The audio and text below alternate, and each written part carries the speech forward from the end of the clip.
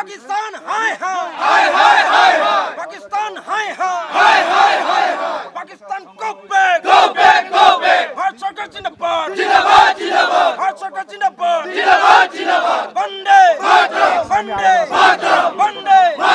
Operation Sindoor আৰু operation সিন্দুৰৰ আৰম্ভণিৰ লগে লগে সমগ্ৰ দেশজুৰি আচলতে দেশবাসীৰ মাজত সৃষ্টি হৈছে ভাৰতীয় সেনা আৰু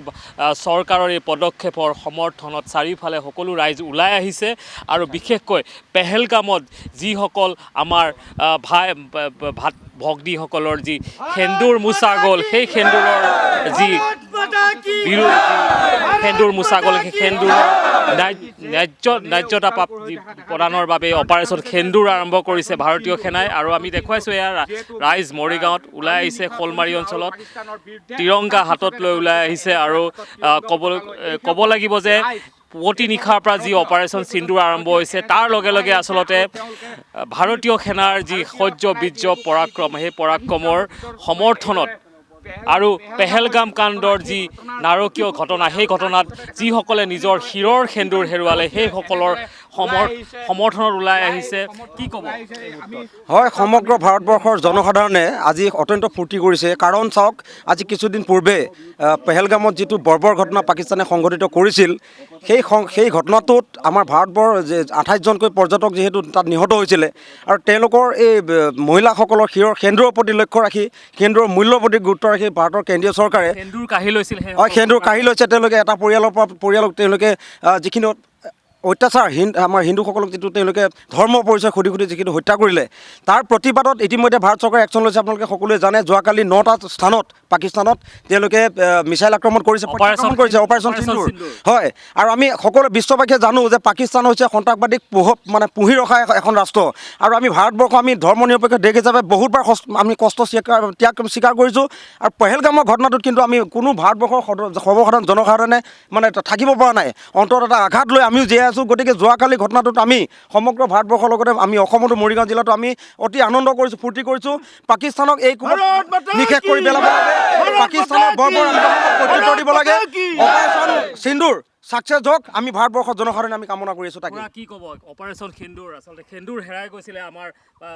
ভগ্নীসকলৰ আজি যিটো ঘটনা পেহেলগামত ঘটি গ'ল এইটো সমগ্ৰ ভাৰতবৰ্ষৰ কাৰণে অতি লজ্জাজনক অতি দুখজনক গতিকে আজি ভাৰতীয় সৈন্য বাহিনীয়ে যিটো ব্যৱস্থা কৰিছে আজি পাকিস্তানৰ ভিতৰত সোমাই গৈ তেওঁলোকে কিমানটা 9টা ঘাটি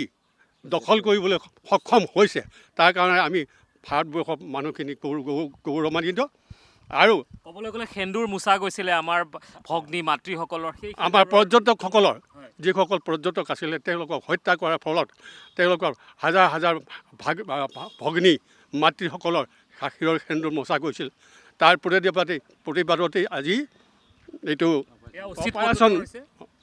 অপাৰেশ্যন সেন্দুৰ যিটো কৰিছে এইটো সঁচাকৈ বৰ ধন্যবাদ উচিত প্ৰত্যুত্তৰ দিছে ভাৰতীয় হয় নিশ্চয় উচিত প্ৰত্যুত্তৰ দিছে ভাৰতবৰ্ষই আৰু বাৰে বাৰে আমি সহ্য কৰি আহিছোঁ পাকিস্তানৰ হৈ সন্ত্ৰাসবাদীয়ে বহুতখিনি আমাৰ ভাৰতক বাৰে বাৰে জুৰুলা কৰি আহিছে সেই গতিকে আমি অসহ্য লাগিছে ভাৰতবৰ্ষৰ গোটেই জনসাধাৰণ আমি একত্ৰিত হৈছোঁ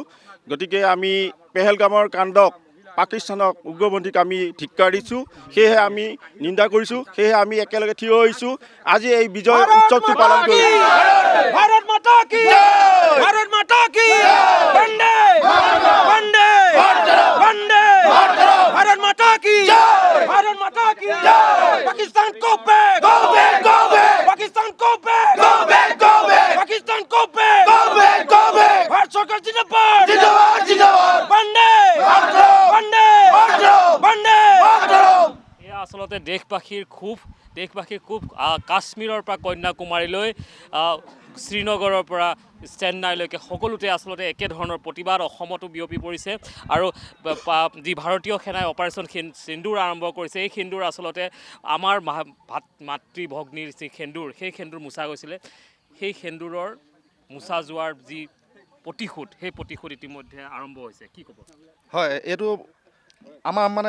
ভাৰতৰ বিষয়ে ভাৰতৰ কাৰণে এটা বহুত গৌৰৱান্বিত 9টা ঘাটিত যিহেতু আক্ৰমণ চলাব পাৰিলে আমাৰ ভাৰতীয় যি পেহেলগামত যিখিনি মানে নৰহত্যা কাণ্ড চলালে, পুৰুষসকলক মাৰি নাৰীসকলক সেন্দুৰ কাঢ়ি লৈ গৈছিলে, সেন্দুৰ কাঢ়ি নিয়াৰ কাৰণে আজি অপাৰেশ্যন সেন্দুৰ দ্বাৰা যিখিনি আমাৰ ভাৰতৰ সেনাই সিহঁতৰ প্ৰতিশোধ ল'ব পাৰিছে, তাৰ বাবে আমি গৌৰৱান্বিত। কি ক'ব? ধন্যবাদ। মই এজন ভূতপূৰ্ব সৈনিক আৰু আমাৰ ইতিমধ্যে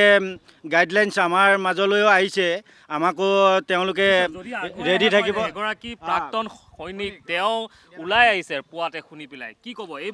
এই মুহূৰ্তত আজি মই ৰাতিপুৱাৰ নিউজটো পাই মই খুব আনন্দিত হৈছোঁ আৰু আমি সাজু হৈ আছোঁ। আমাক যেনেকৈ তেখেতলোকে নিমন্ত্ৰণ কৰে আৰু আমাক কল কৰে, আমি যাবৰ কাৰণে সাজু হৈ আছোঁ। আজি যি কাণ্ড কৰিছে আৰু তেওঁলোকক গোটেই এইটো ধ্বংস কৰিবৰ কাৰণে মই সকলোকে অনুৰোধ কৰিছোঁ আৰু সকলোৱে আমাৰ ভাৰতবৰ্ষই ৰেডি হৈ আছে আৰু আমাৰ আম জনতায়ো ৰেডি হৈ আছে। সকলোৱে মিলিজুলি আমি এই যি উগ্ৰবাদী সংগঠন আৰু হিন্দুত্ববাদী যি পাকিস্তানে কৰিছে, তেওঁলোকক উত্তমকৈ উত্তম প্ৰতিশোধ দিবৰ কাৰণে আমি সকলোৱে ৰাজি হৈ আছোঁ। নমস্কাৰ, মোৰ নাম শ্ৰী পুতুল ডেকা, মই ভাৰতীয় সৈনিকৰ অৱসৰপ্ৰাপ্ত। নিশ্চয়, পুতুল ডেকা এইগৰাকী প্ৰাক্তন ভাৰতীয় সেনাৰ জোৱানৰ মনৰ কথা এয়া। তেওঁলোকে সময় যদি তেওঁলোকলৈ আহে কল, তেতিয়াহ'লে তেওঁলোকে সীমান্তত যুদ্ধ কৰিবলৈ সাজু হৈছে। গতিকে এয়া কেৱল তেওঁৰে আহ্বান নহয়, সমগ্ৰ ৰাইজৰ আহ্বান আচলতে। আমি নিশ্চয় আৰু কিবা ক'ব? হয়, সৰু শেষত এটা কথা ক'ব বিচাৰিছোঁ, যিহেতু অপাৰেশ্যন সিন্দুৰ আৰু পেহেলগামৰ ঘটনাটোত যিসকল আমাৰ দুৰ্ভগীয়া মহিলাই নিজৰ সেন্দুৰ মচিব ল'বলগীয়া হৈছিলে, আমি ভাৰত চৰকাৰলৈ কাটৰভাৱে আহ্বান জনাইছোঁ, সেই মচি দিয়া সেন্দুৰৰ প্ৰতিশোধ